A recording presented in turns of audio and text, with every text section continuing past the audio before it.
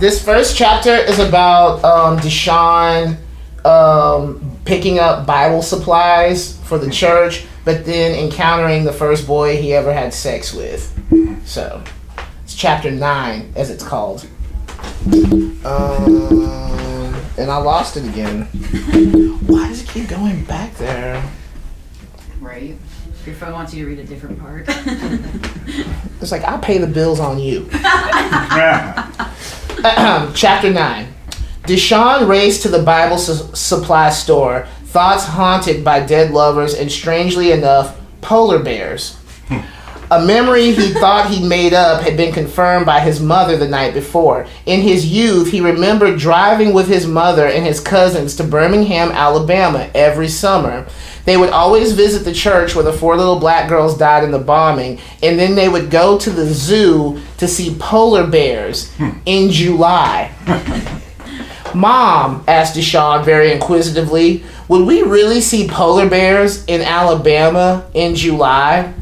Yes, baby, you used to love to see the polar bears, she said 3 seconds before the epiphany struck. Wait a minute, you're right. That's fucked up. Oh, those poor bears.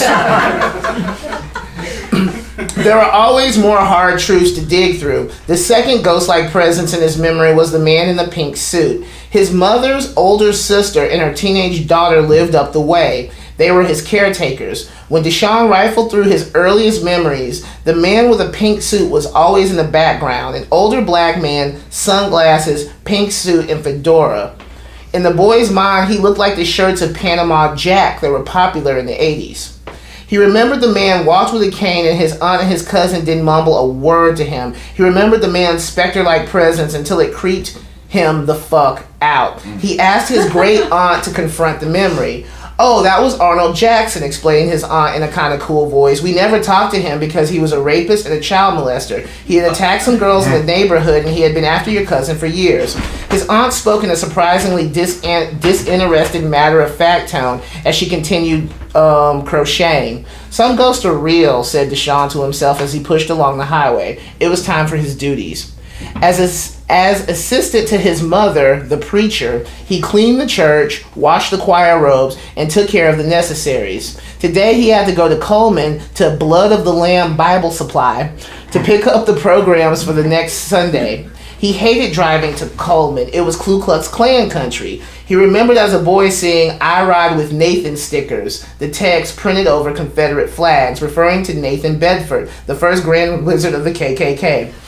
Deshaun watched the TV at night and saw the black churches were burning down all over the place, the last one just some 3 hours away from the church he worked at. He didn't like that all the local black churches were registered at the Bible Supply in Clansville. He didn't want them knowing their whereabouts, but then again, they had the cheapest stationery, and the next Bible Supply was all the way in Birmingham. He closed his eyes, mouth, and ears to all evil and went on with the day. He stared very hard at the stationery options. He couldn't decide if he wanted the church programs printed with doves or sacred crosses. He went with the doves. The crosses seemed too literal. On his way to the checkout, he turned left at the candle aisle and saw something that nearly shook him out of his bones. It was goddamn Skylar Prescott, plain as day, not looking at all different than he did as a teenager. Skylar was curiously looking at figurines of Jesus.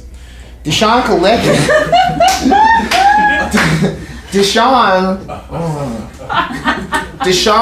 himself and stopped just short of a panic attack. He ducked into the next aisle and made a beeline for the front door. He started his car and gassed away as fast as he could. This memory was going to choke him the same way Skylar did that one summer. Now, Deshaun... Oh, my God. Now, Deshaun had to stop and think about Arnold, the dead white boy that he had loved. If he had to think about it, like really think about it, Skylar had been the predecessor to Arnold. The main difference between them was Arnold, when confronted with the mortal coil of life, did what a lot of sensitive people do. He committed suicide. Skylar, when confronted with the same thing, did what most assholes do. He became a born-again Christian. Oh.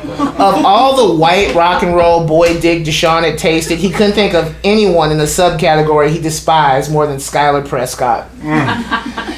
Now, Deshaun had met Skylar as a teenager. When Deshaun was 15, he got a job at the surf and turf restaurant by the highway. He was the only black boy working there and was weird to boot. At 15, he was 270 pounds with a high-pitched musical girly voice, weird nerd glasses he copped because of his obsession with Rivers Cuomo from Weezer.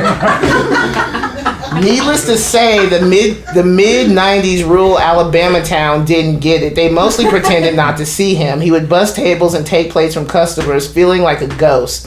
The clientele seemingly staring right through him. The boss's wife was always there to offer a pep talk. You know, you're the fastest, most handsome busboy we've ever had, she would say in this sweeping way, and Deshaun would smile gratefully and work harder. He was young still and had not built an adequate enough bullshit detector. After a couple of months, Deshaun got the notion he wanted to wait tables and asked the boss's wife if he could. He was told by the boss's wife that he couldn't because he was too young and that they didn't hire male waiters.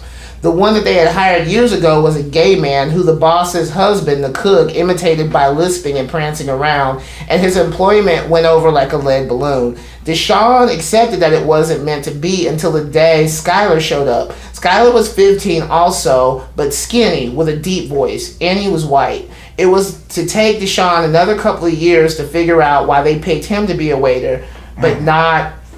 why they picked Skylar to be a waiter, but not him.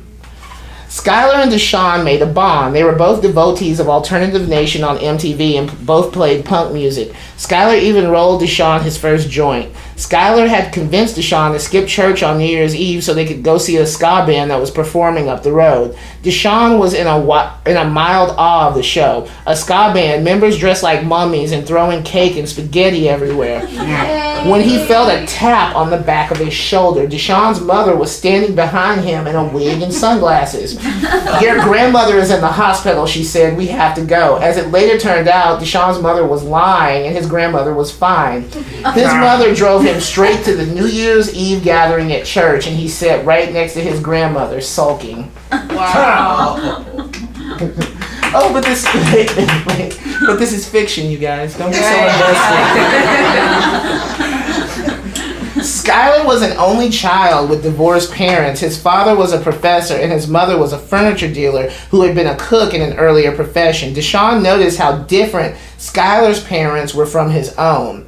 They would quit talking whenever Skylar would scream, "Shut the fuck up" to them, and they also sent him to shrinks and put him on medicine for his disorders. Deshaun noticed that his own parents, when they weren't threatening him, mostly just ignored him. Deshaun eventually figured that's why he hated Skylar. When Skylar was depressed as a teen, the world came running. When Deshaun was depressed as a teen, no one gave a shit. Skylar's life baffled Deshaun, particularly Skylar's mother. The first night Deshaun came over to Skylar's house, he noticed all the super old furniture and figurines. He would later learn the style was called Art Deco. Skylar's mother came home sometime later, blacked out, wasted, with a friend. She looked at Deshaun and said to her friend, "Look, a handsome black man. I want him to lick my pussy." She lifted her skirt and exposed her pantyless, shaved vagina to Deshaun. Skylar hit the wall and started yelling at his mother and fell down wasted. Deshaun was delighted. He had never seen anyone's mom that wasted, or a vagina. Deshaun loved Skylar's mom. Deshaun started hanging out at Skylar's house more and more. His mother would cook French cuisine and let the boys drink wine. Skylar's mother only had gay male friends, and the two boys would dine in the company of all the town's drunken, posh, gay dudes. They would sometimes hit on Deshaun, and a tingly feeling would run through him. Hit him up, Dad. Hit him up. So, no, it's about to get good, you guys. Okay. Woo! One night after Skylar and Deshaun had finished with band practice, they had started a band in Skylar's basement. Skylar reached over for Deshaun's dick, which stiffened immediately. Skylar pulled it out of Deshaun's vintage trousers and fell to his knees, sucking as if he were attempting to drain Deshaun's soul. "Come in my mouth," said Skylar, breath heavy and red in the face. Deshaun let it rip. The two made it upstairs to the bedroom where Skylar put on a porn movie. It was a cheesy one with some skinny blonde woman in lingerie getting choked by the guy fucking her. Skylar put Deshaun on his stomach facing the porn movie, licked his finger, and stabbed it into Deshaun's anus. Deshaun winced. Skylar had talked about how he had got fucked when he was 12 by this older boy in the neighborhood and how he wanted to try it again. This would be the night. He spit a huge wad of saliva into Deshaun's butthole, aimed his hard dick, and fucked it into Deshaun full throttle. There was a lightning bolt of pain that shot through Deshaun so hard he got nauseous. The feeling was overtaken by adrenaline when he realized what was going on. He was getting fucked for the first time. Skylar wrapped his hand around Deshaun's throat from behind and began to choke him, mimicking the man in the porn. Deshaun was crippled by stimulation. Before Deshaun could register all the feelings going, Skylar let out a deep gasp, his dick frozen and pulsating inside him, and collapsed on him, sweating and breathing hard. Deshaun put together a sentence in his head. I just lost my virginity. Skylar and Deshaun continued on like this for some year and a half until Skylar started dating girls and ignoring Deshaun's phone calls. The two would have sex one last time 4 years later after Deshaun had escaped the clutches of Alabama and had settled in some sleepy Midwestern college hub, hanging out for a month or two before moving to California. Skylar's touring band was passing through. The two fucked on a pile of dirty laundry in Deshaun's room. The years passed, and more Skylar became a Christian. Deshaun figured he was rebelling against his too liberal upbringing. Skylar began posting shit online about God and how he was happy that he had found faith in the Almighty and had a wife that obeyed him. Oh. Sometime after that, Skylar became a preacher at some snotty white church near the highway. Deshaun pulled away, as opposed to the cool white church. Deshaun pulled away from Blood of the Lamb Bible Supply, feeling like he had dodged a goddamn bullet. He didn't think it would have been the worst exchange, an awkward hello with Skylar, but this day, he didn't have it in him. Deshaun tapped the accelerator to his mom's old Camaro and flung his little being up the highway, thinking about how some men were dead and some men were not dead, but the memory of them seemed just as buried and just as far away.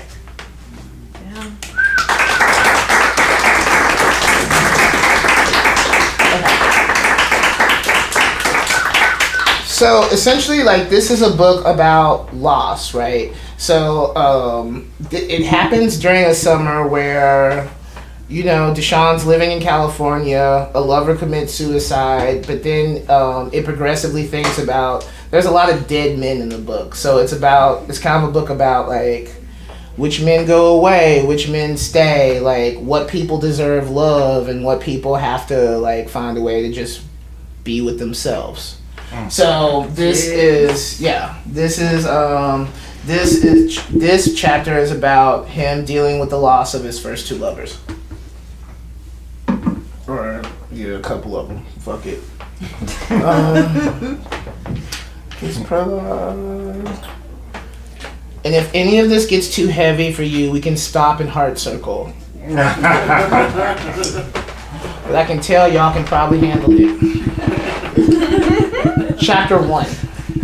Before Deshaun left for Alabama and before his uncle's death, there had been others. For instance, Arnold was dead. Dead as lead. He had sunk with the Titanic. He had flown the coop. That monkey had gone to heaven. It seemed that all the wild men around him were dying faster than he could keep up with. Arnold was not the first, but he was of note.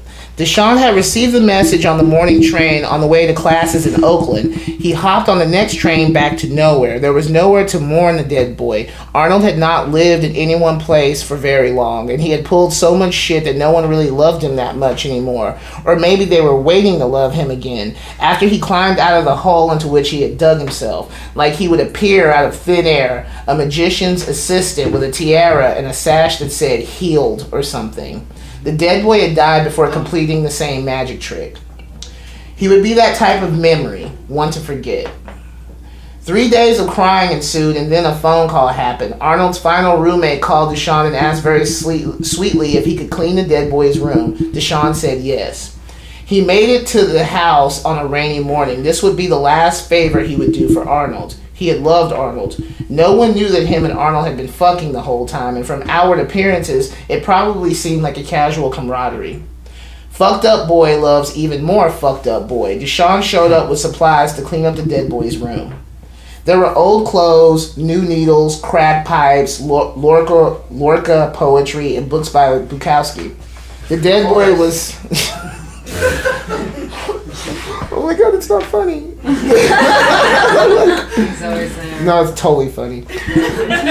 The dead boy was gentle-featured and very, very handsome. He had tried to get clean this last time, couldn't, and then stepped in front of a car. Deshaun's mind shifted to his faraway youth, a certain redneck boss with permed and teased hair, smoking and giving thoughts on suicide. She said, "If you are brave enough to jump off a building or shoot yourself in the head, then you are brave enough to live."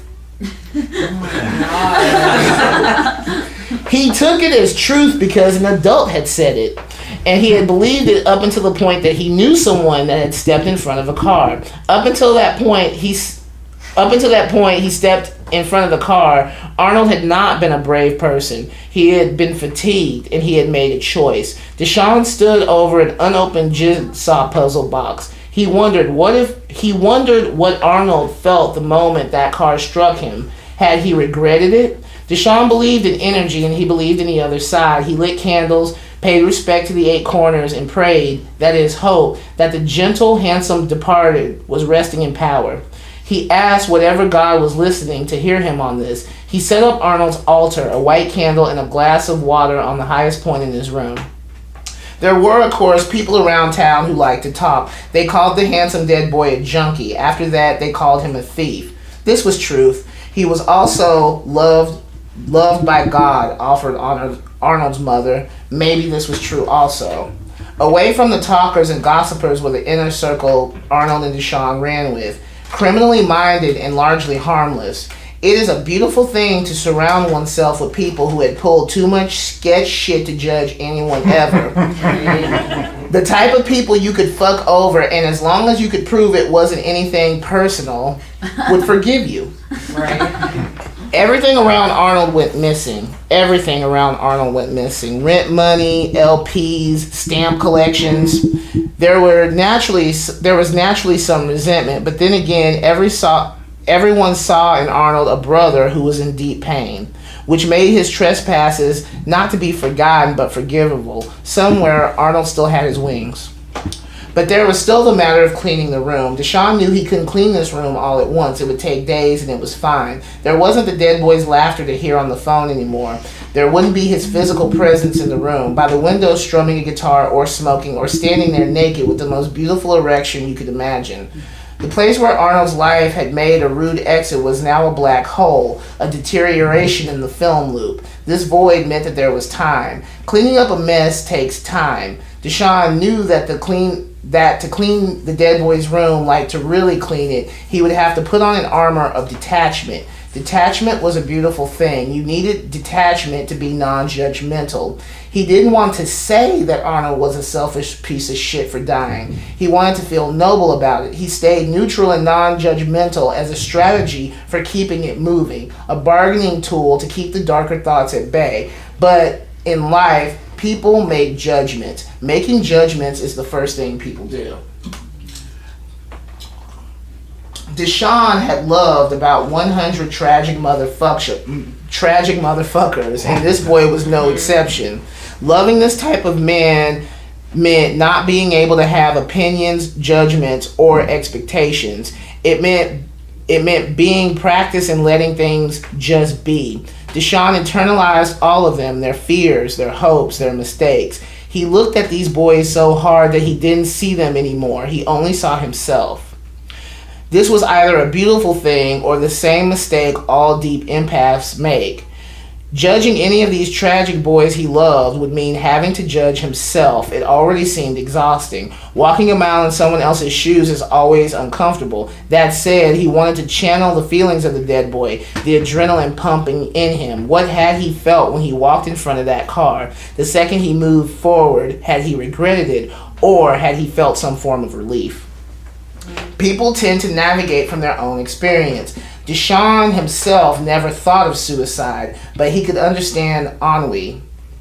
That feeling of life being perpetual and epic, but mostly for no big reason. On those really hard days, Deshaun felt like he was a single sperm swimming around in some gay dude's butthole, searching frantically for the egg that just wasn't there.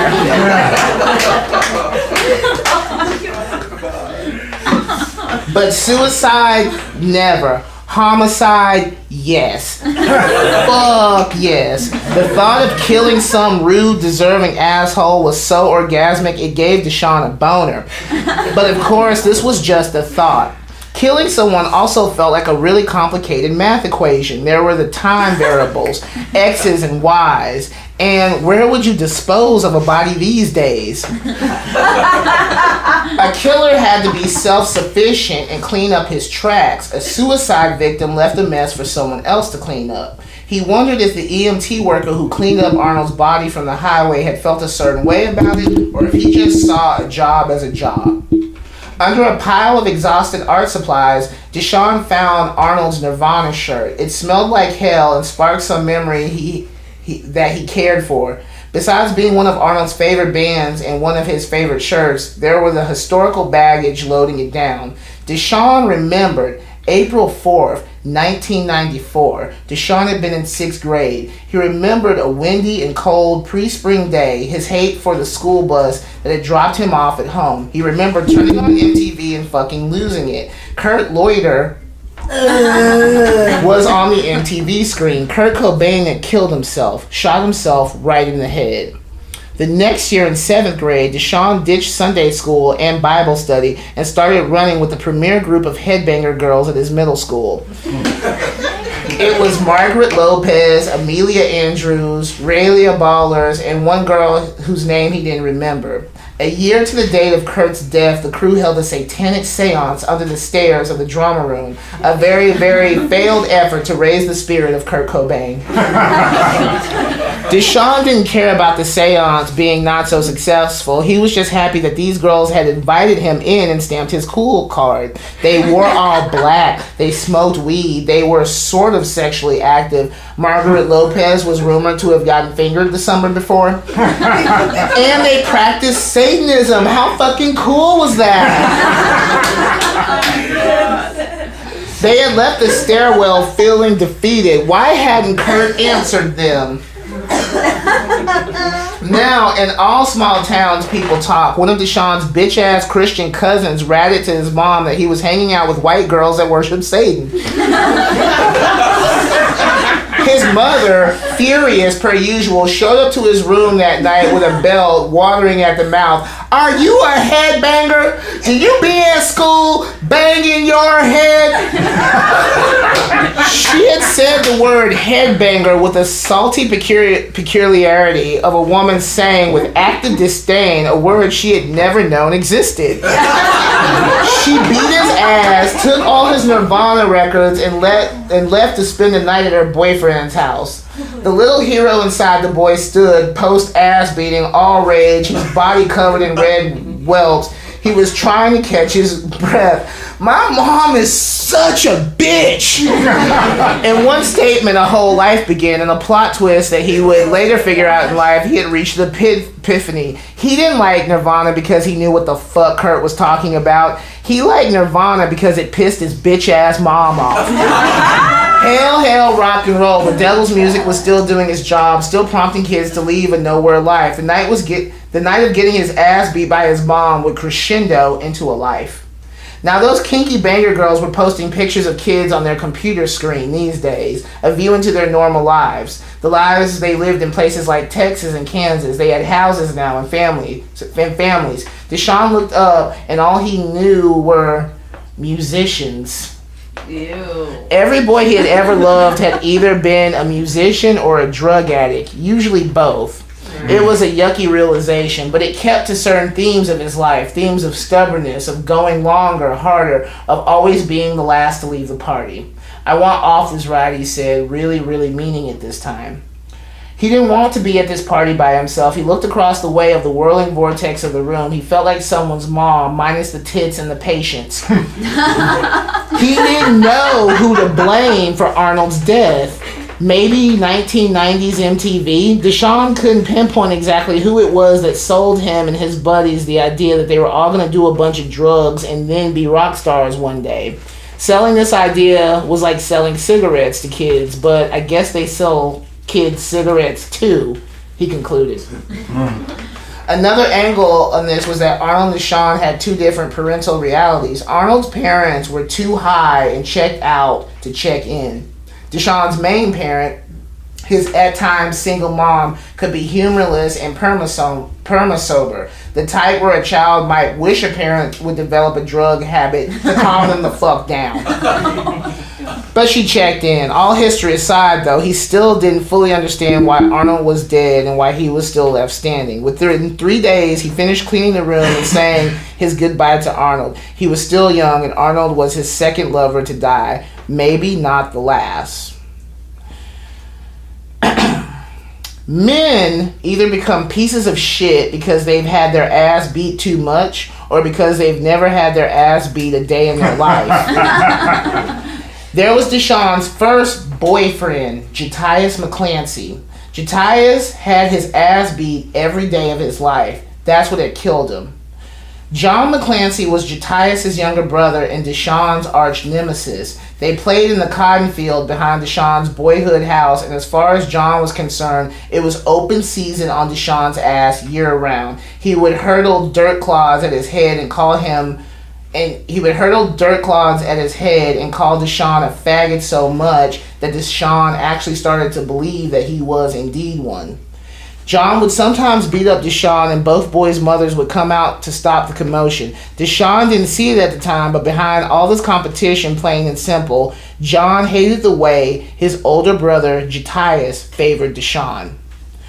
Whenever the neighborhood boys played ball, Jatius would stop to help Deshaun with his throw. He'd take him on walks in the woods or help him with his bike when he had a flat. In a neighborhood where dads were scarce, Deshaun's own mom had been divorced from his stepdad for about 2 years now. Male attention was a commodity. Deshaun would sense this competition for masculine consideration well into his adult gay life, but that was another story. Jatius McClancy was what you would call a specimen. By the age of 15, he looked like a right grown man. Beard, muscles, chest hair, a towering 6'1" frame, and a big and obvious bulge in his pants where a big and obvious bulge should be. Edna McClancy, his mother, had quite a time keeping all the single mothers in the neighborhood off her handsome son. So it happened one summer when Deshaun was 11 that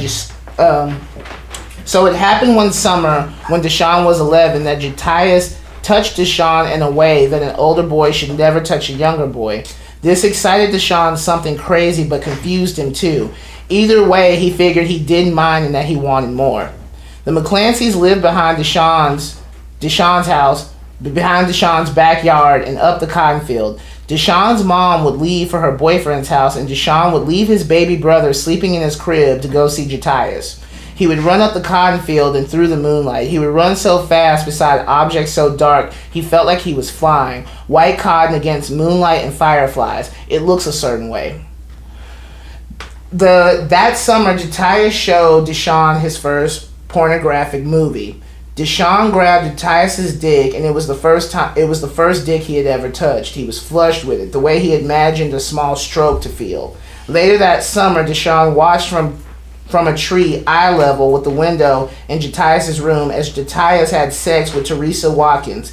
Jatius and Deshaun carried on up until the next summer. Then it would stop forever.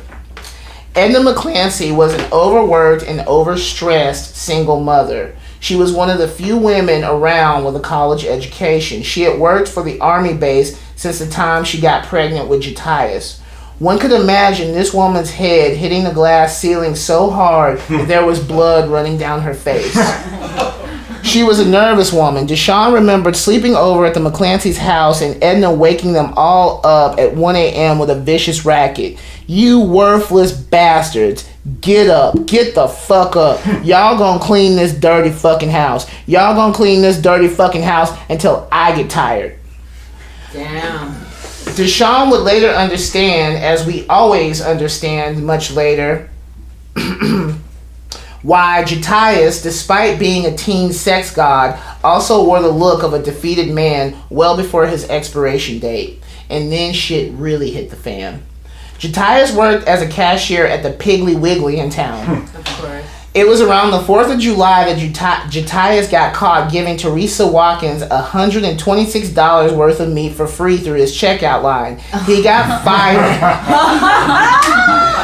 He got fired and everyone in town knew why. Edna McClancy came home early from work that day and beat her son within an inch of his life. After she left the house, Jatius got her gun from her closet, went into his room and blew his brains away.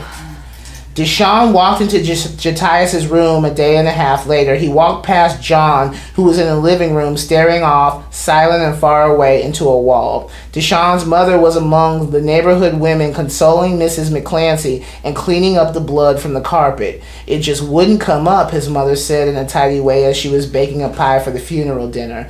She said one more very tidy thing. You don't kill yourself over a job at Piggly Wiggly, she spat, all glowing and prophetess-like as she put the pie in the oven.